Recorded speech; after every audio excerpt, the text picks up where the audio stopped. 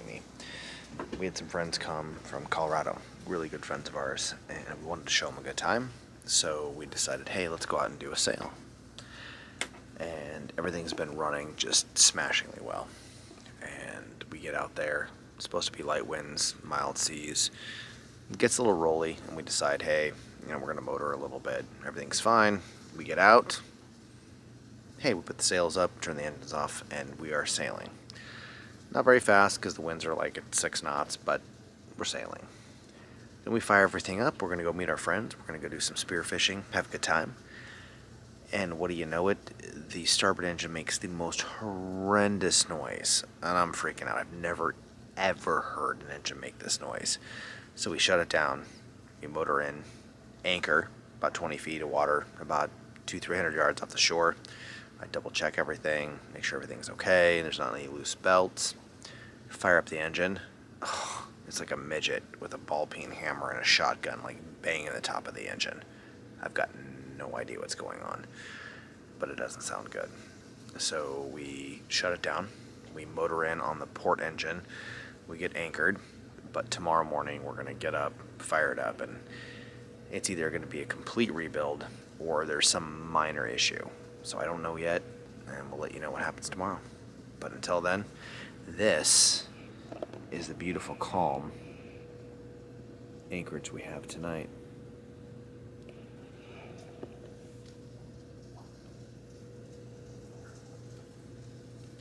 We have to check the engine because it was making a funny sound yesterday. That's a mild description.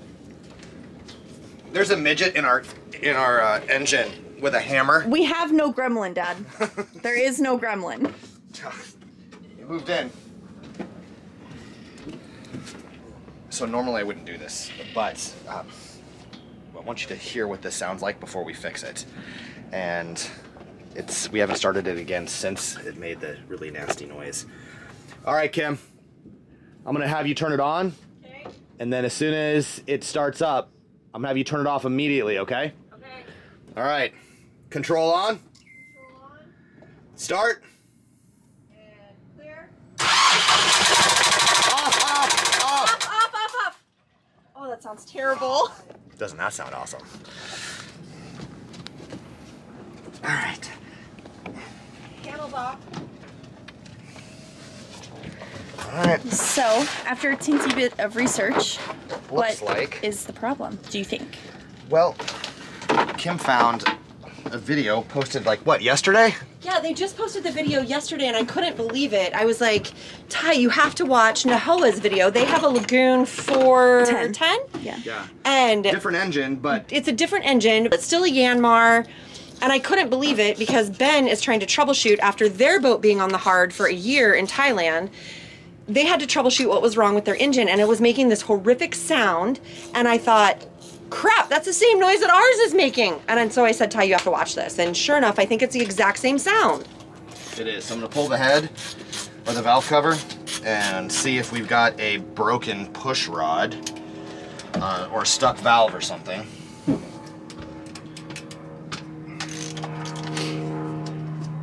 And if that is if it's the same sound and that's the same thing, like this is, in the scheme of things, this is gooder news. Well, if there's no damage and there's no stuck valve and it's just a push rod, it's $6. And we can do it from here. If there's parts and pieces or there's a stuck valve train or something, we have to do a top end rebuild on the engine, which I'm not really thrilled about. It's better than a bottom end. It's better than a whole overhaul, but yeah. Some garbage on the top of the engine from when we were cutting all these panels and everything down, and I don't want any of this to get down in and on the engine or the valve train, so I'm just going to give it a quick spray down with some cleaner. Alright. Take this off. Alright. Did you watch video on this? No. Should I have watched a video on this? Yes. Did you take a picture of how it looked before you started? Ah! Potato, tomato. Yep. There we go. So what are we looking at here? So, this is a broken push rod. It is! And we sucked a valve.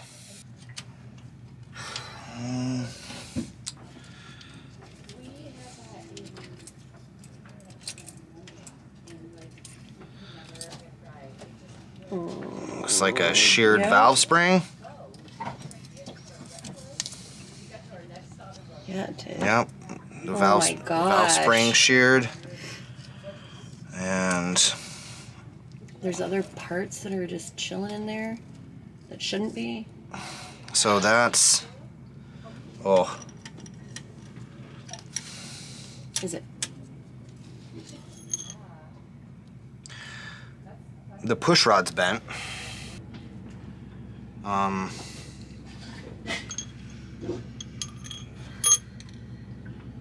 What I don't understand is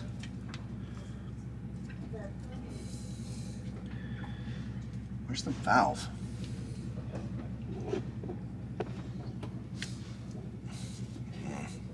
I don't think this is good. Shite. Okay, well, It could be good news. It could be.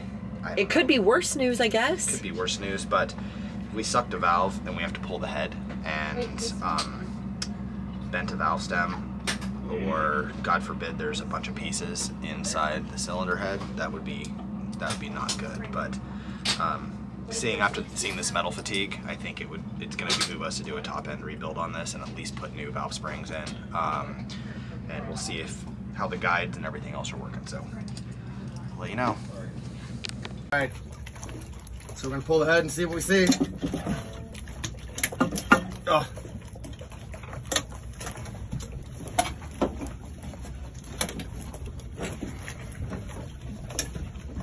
Still got a bolt in. So I just pull them all out.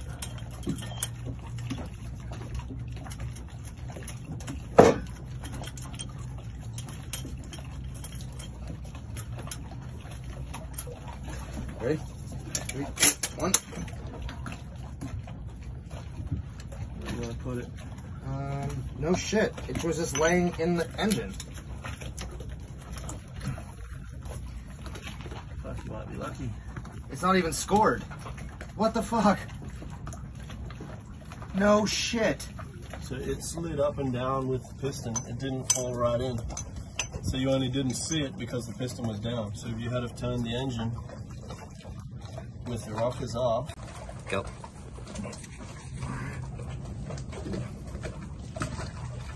Stand this head up.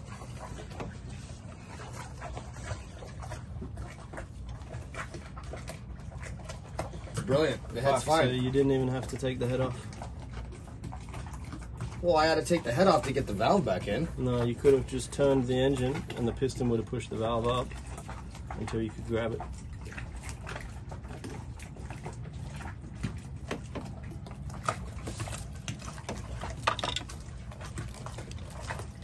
And like my mantra is, there by the grace of God go I. All right, so this is our head that we thought was damaged, which actually isn't, which is way cool. We have a 57 horsepower engine, injectors, valves, what have you, and you notice there is a missing valve spring. This guy broke right in half. And when that happened, it bent this push rod as it jammed against it, and the push rods go down through here as the rockers go back and forth. Blah, blah, blah. So, spring broke. Retainer pin we found this rolling around inside of here, along with all these little keepers and parts that sit on top of the valves. So the coolest part is typically when a valve, like you suck a valve, it goes down inside the engine, and then the piston comes up at an angle and just shears it off, and it bangs around on the inside and completely destroys the inside of the engine. However, what ended up happening is that with these new engines, the valve stem is so long that, in fact, I'll pull the valve out. This is what a valve looks like. The valve stem is so long, it didn't fall out and bang around. It literally just dropped to like right here, and the piston was just pushing it up and down. Not a scratch anywhere in the engine. So, instead of buying a new engine and buying a new head, which is $3,200. We don't have to do any of that. So we're gonna take it in, get everything tested. We're gonna mill the face of the head so it's nice and clean, so it sits really flat on the end so we don't get a head gasket leak. And we're having put new valve springs on, and Bob's your uncle. We'll be done. Bolt it back up and we should be ready to go again. So the short answer is everything's actually gonna work out for about $600 in labor and materials, and that is gonna even include us replacing the valve springs on the other engine. So if you guys ever hear anything crazy like that, I guess the short answer is turn everything off as soon as you can. We worked really well as a team that day, and everybody kind of heard it at the same time. I was able to check it out and somebody else was able to shut it off. You said wow. So this is crazy. So this is the top of the short block, so this is obviously where the pistons are at, and the head that has the intake and exhaust valves, of course, bolt right on top of here with like a paper thin gasket. This is the valve cranked up. I turned the engine over to bring the pistons all the way up. You hand cranked it. Hand cranked it, yeah, with the ratchet.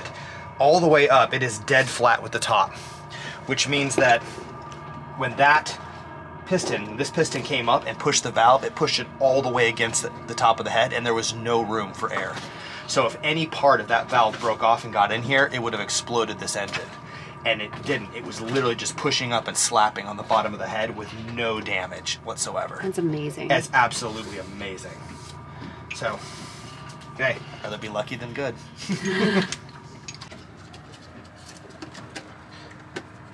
So that is the new head gasket? Yep. The head gasket, there's 2 aligning pins. And obviously you make sure that everything is, all of your ports and openings all line up. Because you can actually, it will drop on both directions. It only goes on one way. And these 2 dots indicate that for this actual engine model, and this horsepower rating is the 2 dots. And that's it. And I'm just going to drop the head on top of it, and then just hand tighten the bolts down until I get the torque wrench. And the head gasket's replaced. All right, you want to hand me that head gasket? I mean the head? The head? Yeah. It's heavy. I would love nothing more. I'm sure of it. This way, I believe. Go. Go.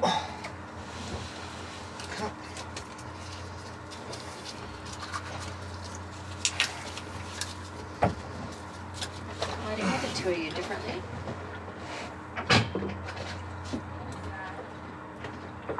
The D-ring on the side of the dinghy. I'm going to shorten up the dinghy line. So, good news. We're almost there. Okay. So, this is what I did. Can you see me? Do you want me to hold it? So this is what I did for the organization. I basically took all the bolts out of the exact same spot in the head that they were, and put them into this cardboard. I marked the corner where this was. So when I pulled the head out, everything matched and the bolts go in the exact same spot. So now all I have to do is basically just start dropping them in the order that I took them out.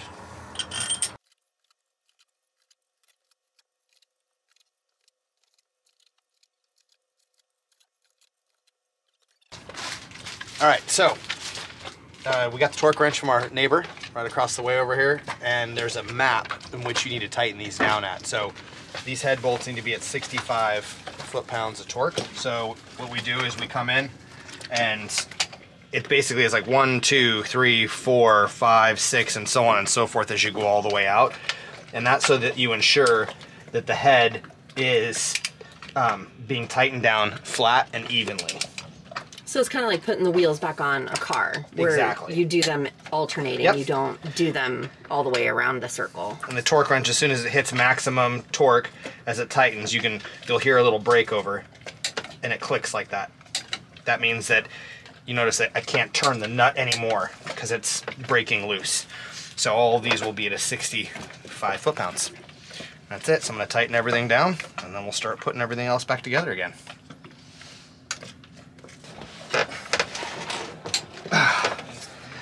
All right, 18. Now it's time to put the valve train, the rocker assembly on, and we're getting close, guys. We're getting close.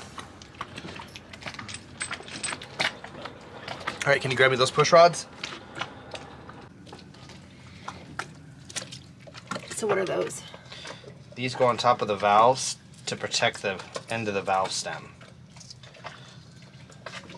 And the rocker rides on that cap. And missing one of these will keep your whole engine from running properly. That would suck.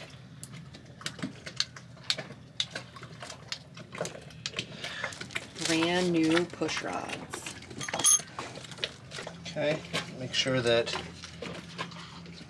all of the push rods are in the bottom of the rockers, and as I tighten this down, what's going to happen is it's going to pull the push rods that are up are going to compress those springs. So I've got to evenly tighten this down so it evenly pushes the entire rocker arm assembly down.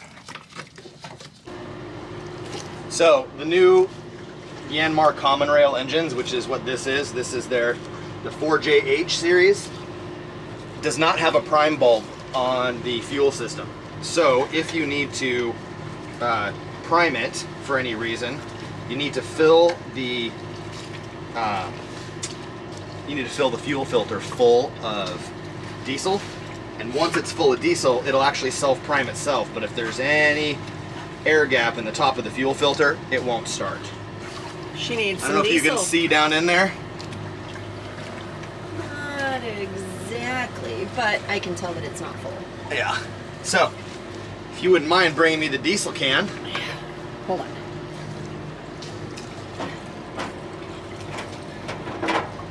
Oh, that was way low. Yeah, it was. Ooh, there it is. Ah, you went over. That's right, I got a rag underneath of it to catch the extra. All right.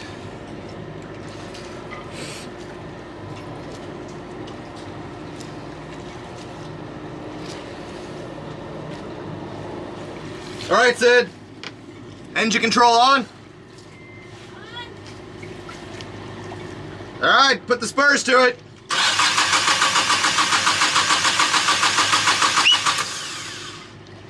Again. Sorry. Oops. Go again. Go. Come on, baby. Stop. Control off. Control off. Off. Control on. Control on. Start. Come on.